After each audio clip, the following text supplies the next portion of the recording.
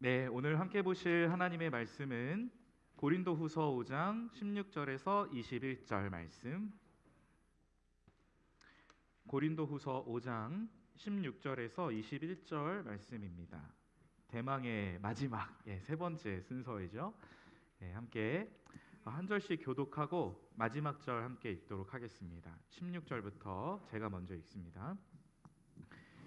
그러므로 우리가 이제부터는 어떤 사람도 육신을 따라 알지 아니하노라. 비록 우리가 그리스도도 육신을 따라 알았으나 이제부터는 그같이 알지 아니하노라. 그런즉 누구든지 그리스도 안에 있으면 새로운 피조물이라. 이전 것은 지나갔으니 보라 새 것이 되었도다.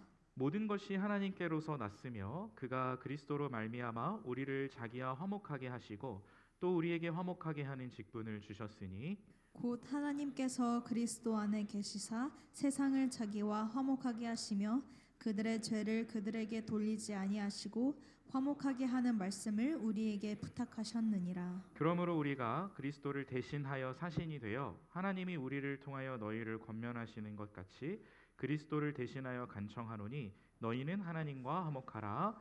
하나님이 하나님이 죄를 죄를 알지도 알지도 못하신 못하신 이를 이를 우리를 우리를 대신하여 대신하여 죄로 죄로 삼으신 삼으신 것은 것은 우리로 우리로 하여금 하여금 그 그 안에서 안에서 하나님의 하나님의 의가 의가 되려 되게 하려 하심이라. 하심이라. 아멘. 아멘. 네, 여러분 오늘 3월 17일 주일입니다. 오늘도 우리가 빌더스 공동체로 함께 모였습니다. 날씨가 서서히 풀리는 것 같습니다. 그래서 저도 오늘 거의 올해 들어서 처음으로 이 위에 외투 없이 교회에 출근을 한 것 같고요. 특별히 날씨가 따뜻한 것처럼 우리 빌더스의 이름으로 함께 모인 저와 여러분의 마음도 좀 성령께서 만져주시고 따뜻하게 하시고 포근하고 부드럽게 하시기를 간절히 소망합니다. 그래서 여러분 사실은 말씀을 듣는 이 시간도 내 능력으로만 듣는 건 아닙니다. 성령께서 우리 마음에 계시고 우리의 마음을 부드럽게 해주신다고 했거든요. 그래서 그런 성령의 역사가 있을 때 하나님의 말씀이 더 잘 들리고 또 우리의 심령과 우리의 인생이 변화될 수 있는 그런 귀한 말씀이 될 것입니다. 특별히 새 가족들 우리 많이 하나님께서 보내주고 계신데요. 오늘도 변함없이 너무너무 환영하고요. 또 우리 기존 지체들도 마찬가지입니다. 성령께서 그 마음을 만지셔서 하나님의 말씀이 들리고 깊이 심기우는 역사가 있기를 정말 기대하는데요. 좌우에 이렇게 한번 인사하죠. 우리 양옆을 바라보시면서 성령께서 지혜 주실 거야. 축복하는 마음으로 인사합니다. 시작. 성령께서 지혜 주실 거야. 예, 정말 그렇습니다. 지혜 주실 겁니다. 자, 우리가 고린도후서 5장 암송을 목표로 오늘 그 세 번째 강해 설교 시간을 갖는데요. 고린도후서를 세 파트로 5장을 세 파트로 나눴고요. 그 중에 마지막 오늘 16절에서 21절까지의 말씀을 다루고자 합니다. 일단 16절 첫 번째 말씀의 접속사를 한번 보세요. 오늘의 이 결론 파트의 첫 시작의 접속사가 그러므로입니다. 여러분, 그러므로는 역접입니까? 인과입니까? 인과입니다. 원인이 있으니까 그러므로라고 지금 논지를 전개하는 바울의 모습을 볼 수 있어요. 그래서 오늘 이 결론 부분을 잘 이해하려면 일단 지난 2주 동안 이 이일용 목사가 앞에서 무슨 이야기를 여러분에게 전했나. 다르게 이야기하면 고린도후서 5장의 1절부터 지난주 지지난주 계속 이야기를 다뤘는데 그 내용이 무엇인지 얼개를 파악하면 큰 도움이 되겠습니다. 당연히 오는 금요일 암송에도 도움이 되겠죠. 그래서 지지난주 말씀부터 한번 잠시 읊어보면 제목은 이거였습니다. 빌더스 여러분, 용기를 내십시오. 근데 그게 근거 없는 용기가 아니고 5장 1절에서 10절까지를 보니까 우리의 육신은 너무나 연약하고 고통과 그죠? 시험에 너무 넘어지고 무너지기 쉬운 무엇과 같다, 여러분. 제발 무엇과 같다, 우리 육신이. 텐? 텐? 장막집 텐트와 같다. 예, 그 얘기를 했었죠. 그래서 어떠한 바람이나 급류가 왔을 때 인생의 풍파를 만났을 때 너무 힘들어하고 탄식하는 것처럼 보이는 우리 인생이지만 그러나 우리의 인생은 눈에 보이는 육신이 전부가 아니고 반드시 부활의 몸을 입을 것이다.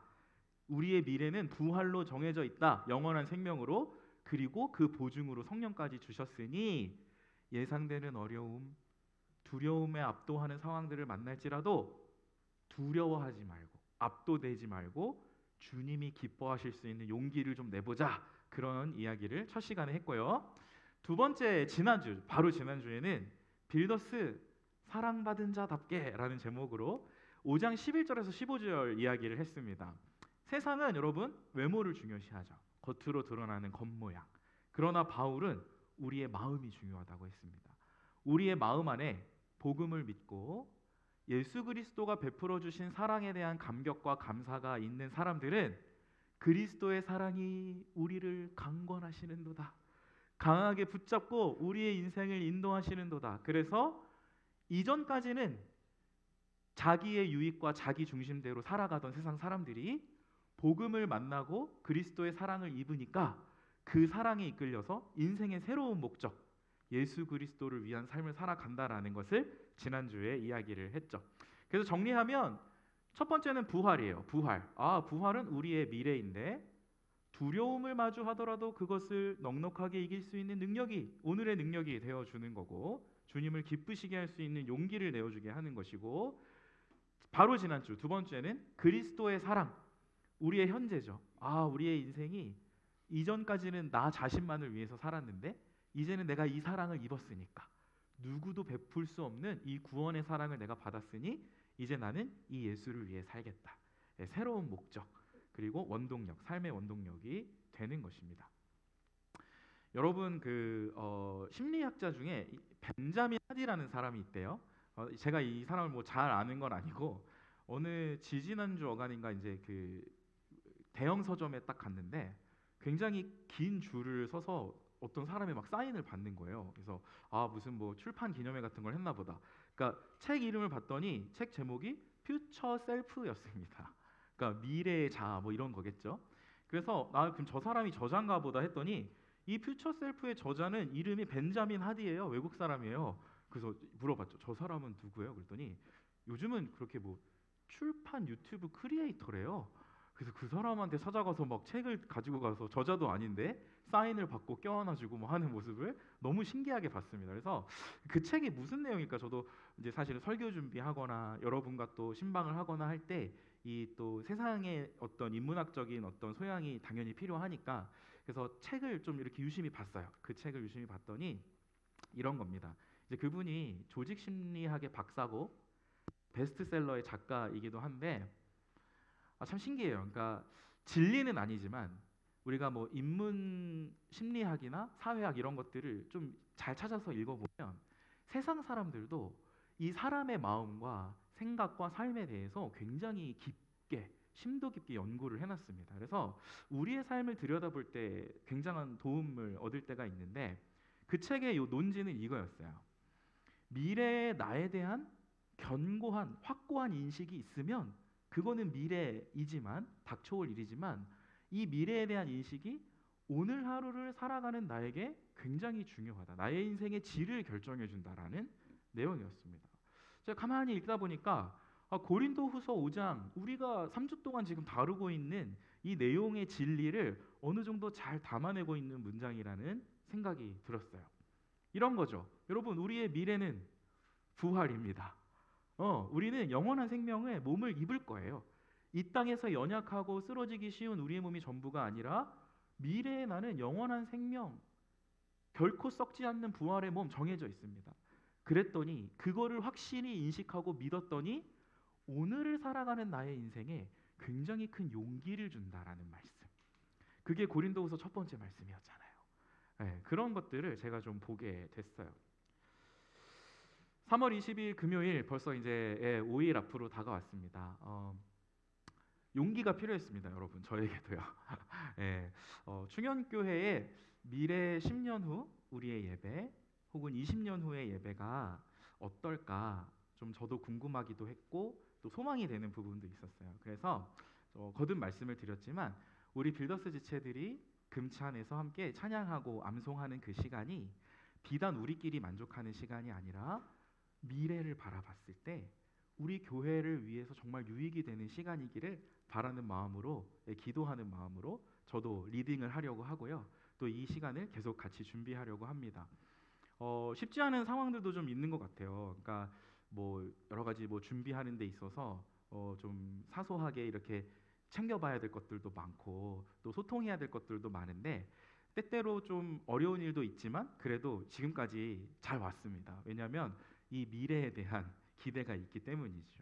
그래서 결국은 좀 주님이 기뻐하시는 충현교회의 미래, 주님이 기뻐하시는 우리의 금요 집회, 하나님도 기뻐하시고 우리도 채워지는 그 시간이 되기를 바라는 마음을 가지니까 또 그런 어려움들은 또 툭 털어낼 수 있고 본질에 집중하게 되고 용기를 낼 수 있었습니다.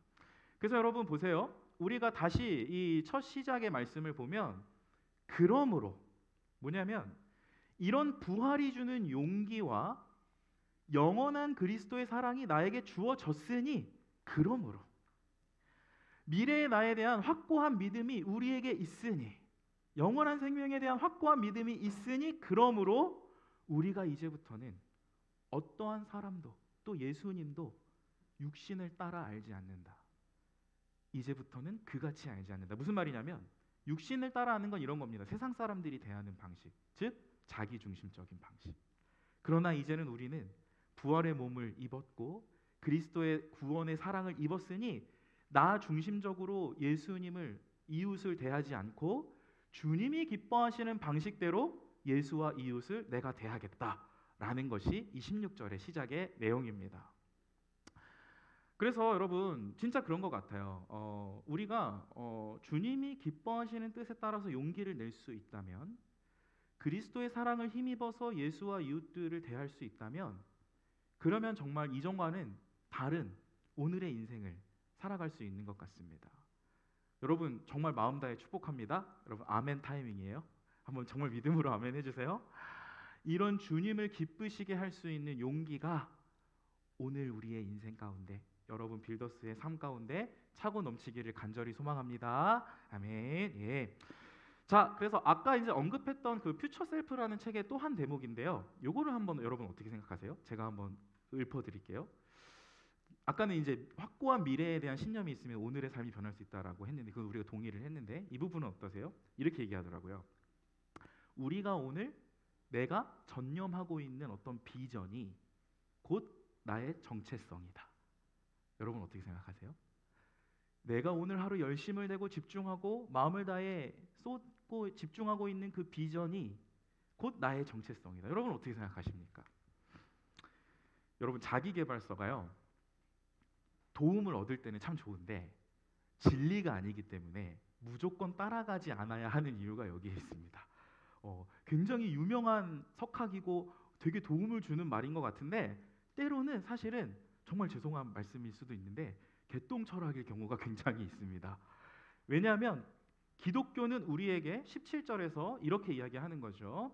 우리에게 새로운 정체성이 있다라고 표현을 합니다. 우리 한번 17절 같이 읽어봅시다. 시작. 그런즉 누구든지 그리스도 안에 있으면 새로운 피조물이라 이전 것은 지나갔으니 보라 새 것이 되었도다. 사실은 사람들은 그렇게 이야기해요. 믿음이 없으면 내가 오늘 나의 열심을 다해서 집중하고 있는 무언가 이 비전이 곧 나를 형성한다라고 늘 이야기하지만 기독교는 그렇지 않습니다. 정체성이 내가 만들어 놓은 어떤 비전에서 생기는 게 아니에요. 기독교는 우리 그리스도인의 삶은 예수님 안에서 하나님이 새롭게 부여하신 정체성을 받아서 시작하는 겁니다. 출발이 새로운 정체성, 복음 안에서 새로워진 나의 존재를 깨닫고 하나님이 새롭게 하신 나의 존재를 받아 누리면서 시작하는 게 그리스도인의 삶이고요. 그 정체성을 확고히 붙들며 살아갈 때 비로소 인생의 새로운 비전들이 보이기 시작합니다. 완전한 너무나 큰 차이죠. 너무 큰 차이입니다. 그래서 여러분 첫 번째 우리 고린도후서 지금 5장 17절이 우리에게 이야기하는 첫 번째 우리의 정체성, 하나님이 주셨다라고 하는 복음 안에서의 새로운 정체성은 뭐냐면 완전히 새롭게 창조된 존재라는 거예요. 이전까지 아무리 많은 죄를 짓고 살았어도 아무리 하나님의 마음을 아프게 하거나 주님 보시기에 마음에 안 드는 모습을 부끄러운 모습, 수치스러운 모습 하고 있었을지라도 상관없다. 예수를 진짜 믿고 붙들고 복음을 믿고 예수님 안에 있으려고 하는 그 진실한 마음 하나면 이미 그 예수 안에서 새로운 존재로 우리를 만들어 주신다라는 말씀입니다. 자, 우리 공호 동기 중에 혹시 한 분 대답을 해주실 수 있다면 좋겠습니다. 눈을 안 마주쳐요 지금 공호 동기들이. 그러면 우리 해찬이에게 한번 가겠습니다. 해찬 형제 반가워요. 사랑합니다. 축복합니다. 자, 해찬 형제 혹시 창세기 1장에서 이제 사라졌네요 카메라에서. 창세기 1장에서 하나님이 이 땅의 모든 만물들을 자기 손으로 만드신 다음에 마음이 흡족하셨죠. 그죠? 하나님은 어떤 예술가보다도 훌륭한 예술가시니까 당신의 아름다운 작품으로 우리를 만드셨습니다. 창조하시고 난 다음에 자기가 만드신 피조물들을 보시고 어떻게 여기셨다고 성경에 나오죠? 보시기에 심히 아름답다, 비슷했다. 좋았더라. 정답입니다. 박수 주세요. 박수. 좋았더라. 맞아요. 여러분 보세요. 이게 되게 의미심장한 게 왜 그러냐면 태초에 하나님이 자기가 만든 작품들을 바라봤을 때 너무 좋았던 거야, 마음이. 근데 이 작품인데도 불구하고 하나님의 마음을 아프게 하고 죄를 짓고 자기 욕심대로만 살아가느라고 하나님과의 관계가 끊어져 버렸습니다. 그래서 주님 보시기에 하등 아름다운 모습이 없고 참 하나님 보시기에 너무 부끄러운 존재들이 되었죠. 죄인이었기 때문에. 그런데 이 예수, 십자가에 달리신 이 예수를 나를 위한 구원의 주로 믿기만 하면 그 믿음 안에서 우리를 새롭게, 완전히 새로운 피조물로 만들어 주신다라는 선언이, 다르게 이야기하면 새로운 정체성을 우리에게 주신다라고 하는 선언이 지금 고린도후서 17절의 말씀이죠. 여러분, 아무리 수치스러운 모습, 주님 앞에 민망하고 부끄러운 모습 있었을지라도 예수를 믿고 믿은 그 즉시 새로운 피조물이 되었다면 보시기에 어떤 겁니까? 하나님 보시기에 좋은 모습이에요. 나는 나 자신을 부끄럽게 여기고 나는 나 자신이 여전히 부족한 것 같고 왜 이렇게 되는 게 없고 하나님 앞에 내세울 만한 게 없는 왜 이렇게 초라한 인생이지? 라고 하는 나의 시선도 사실은 내가 나를 잘못 보고 있는 거죠. 왜요? 우린 다 예수님 믿었잖아요. 예수를 믿었으면 하나님의 은혜 안에 완전히 새롭게 이미 창조된 존재들이에요. 이 정체성을 하나님이 주시는 겁니다. 보시기에 티 없이 너무나 아름답고 좋은 존재들, 하나님 마음에 흡족한 존재들. 여러분, 이 정체성을 우리가 붙들 때 새로운 비전으로 나아갈 수 있다라는 겁니다. 자, 그래서 여기서 멈추지 않죠. 자, 두 번째 직분, 이게 이제 오늘의 하이라이트인데요.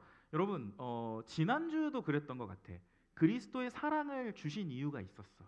사랑을 주시고 그 사랑을 누리면서 살아라라는 것도 첫 번째 목적이지만 두 번째 목적은 그리고 동시에 이 사랑을 주신 예수를 위해서 살아라라는 게 지난주의 핵심이었잖아요.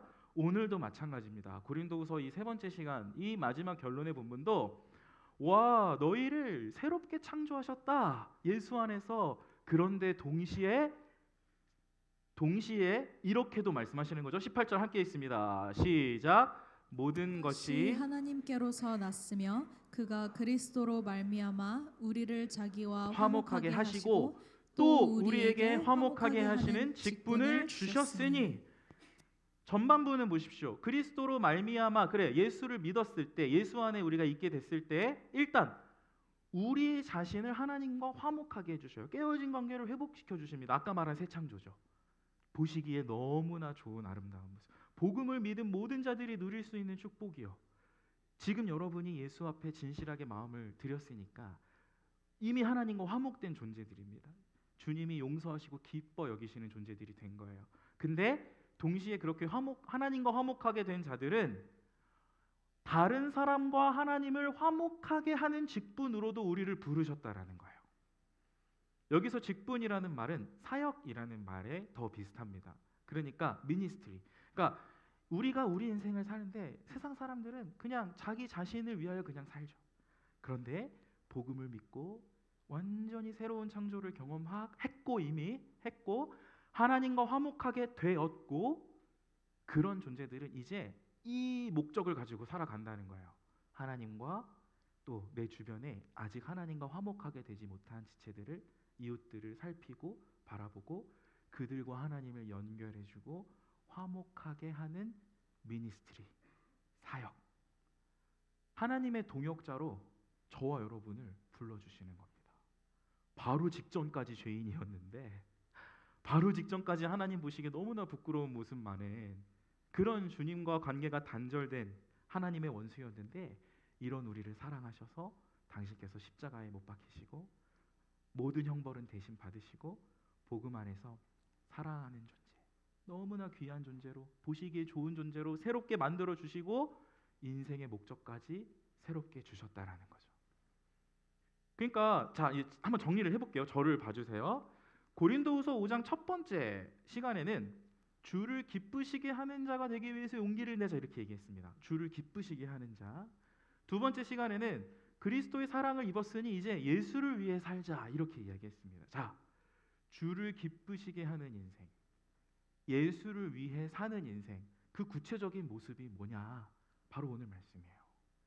내 이웃의 모든 마음과 인생을 살피고 하나님과 그 이웃들의 사이를 화목하게 해주는 인생. 여러분, 우리 순장님들, 우리 순원들을 향해서 그렇게 노력하고 계시는 거죠. 여러분, 교육위원회 봉사들 많이 하시죠. 아주 그냥 영화부부터 고등부 이렇게까지, 저희 자녀를 담당해 주시는 선생님들도 지금 여기 계십니다. 너무 감사해요. 근데 여러분의 마음 가운데 그냥 그냥 무의식적으로 하는 봉사가 아니라 정말 저들과 하나님을 연결시켜주고 복음으로 화목하게 해주려는 그런 의식이 있다면 너무 귀하고 의미 있는 그런 봉사가 되겠죠. 우리의 인생 자체가 사실은 이러한 사역의 모습이 되어야 한다고.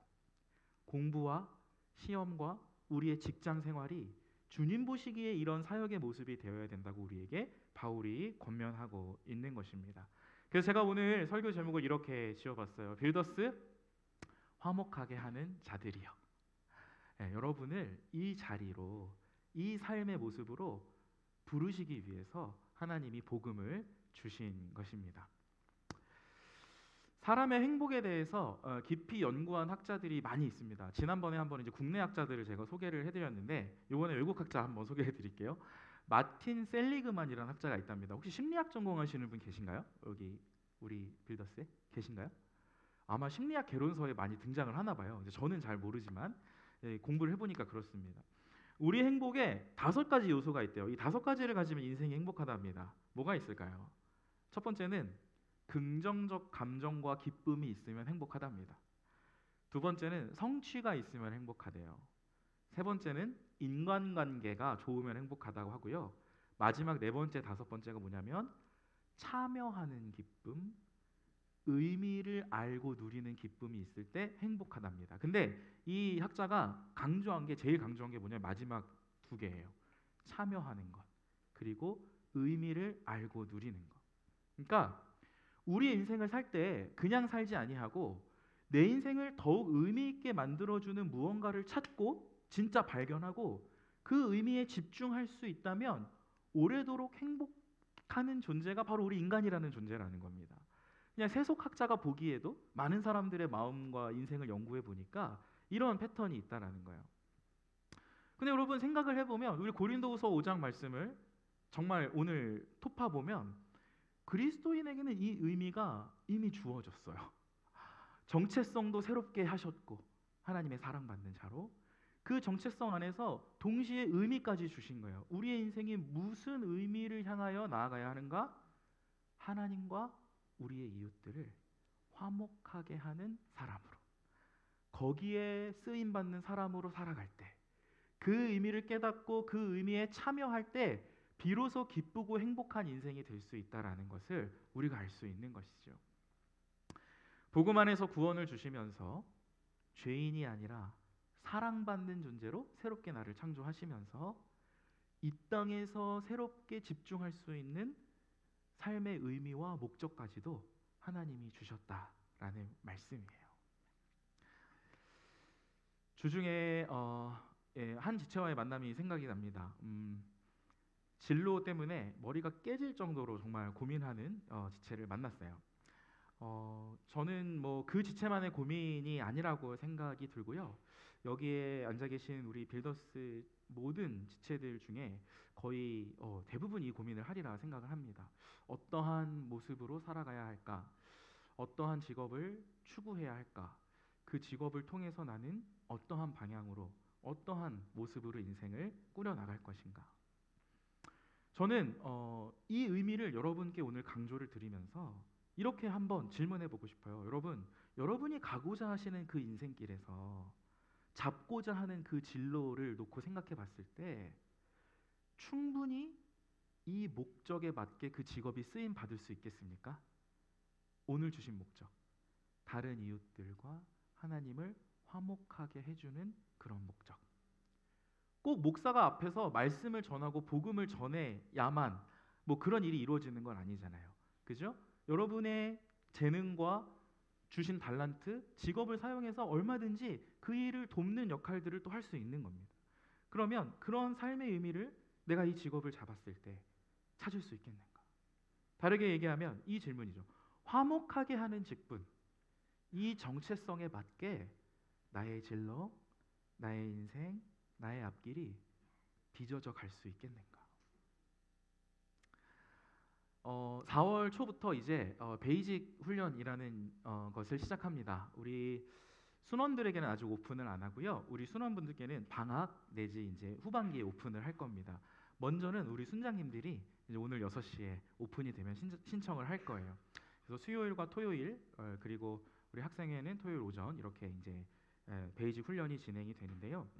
목적을 분명히 하고 있습니다. 무슨 목적이냐면 우리 순원 여러분들이 하나님과 잘 연결이 되고 하나님과의 화목을 정말 아름답게 경험을 하셔야 할 텐데 일단 우리 순장 본인들부터 하나님과 이미 누리게 된 이 화목을 좀 진짜 깊이 있게 잘 누려보자.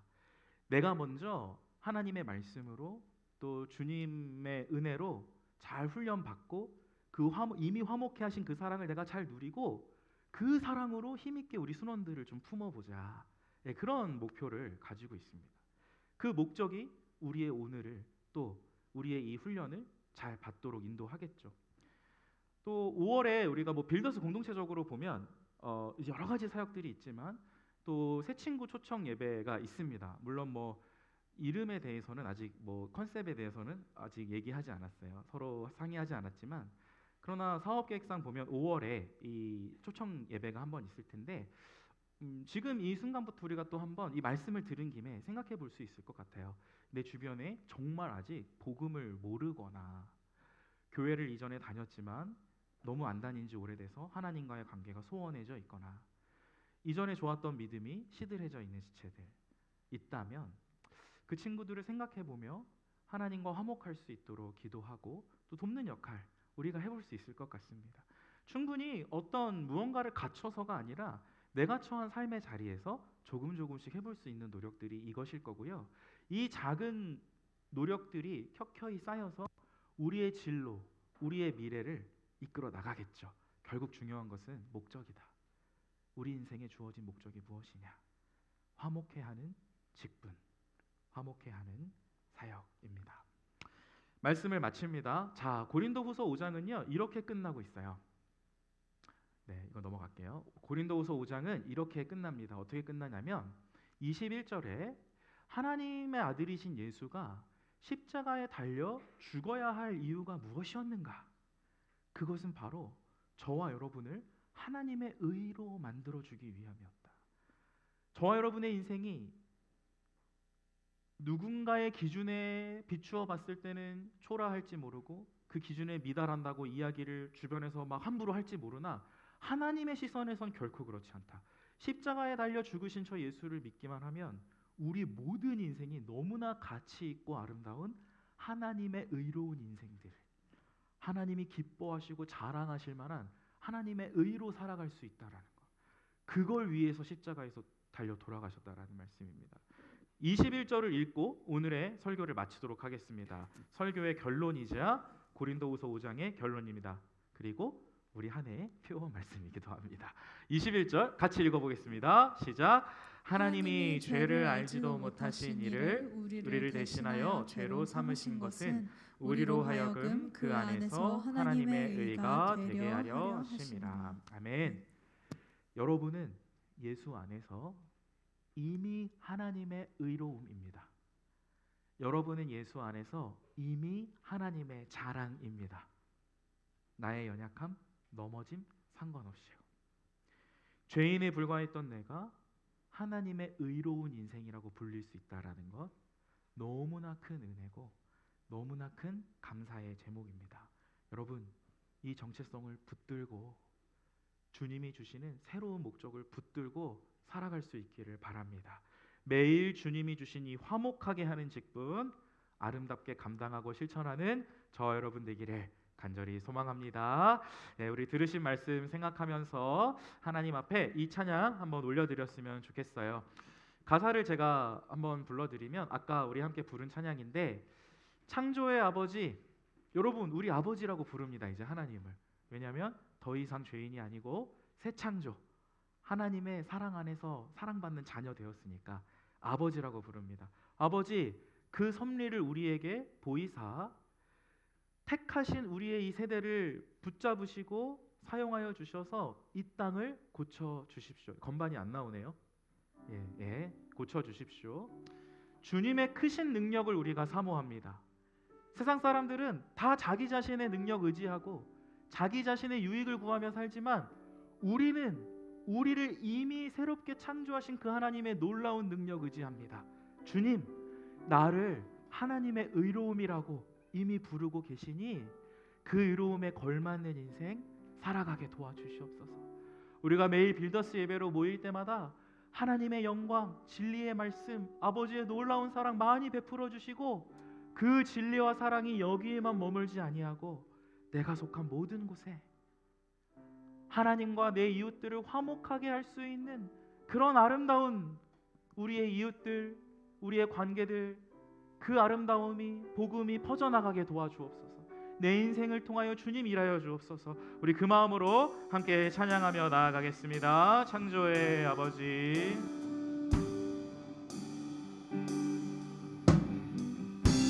창조의 아버지, 그 섭리 보이사 택하신 우리를 세대 일으키 이 땅을 화목해 하소서. 이 땅을 고치소서. 우리의 능력이 아니라 주의 크신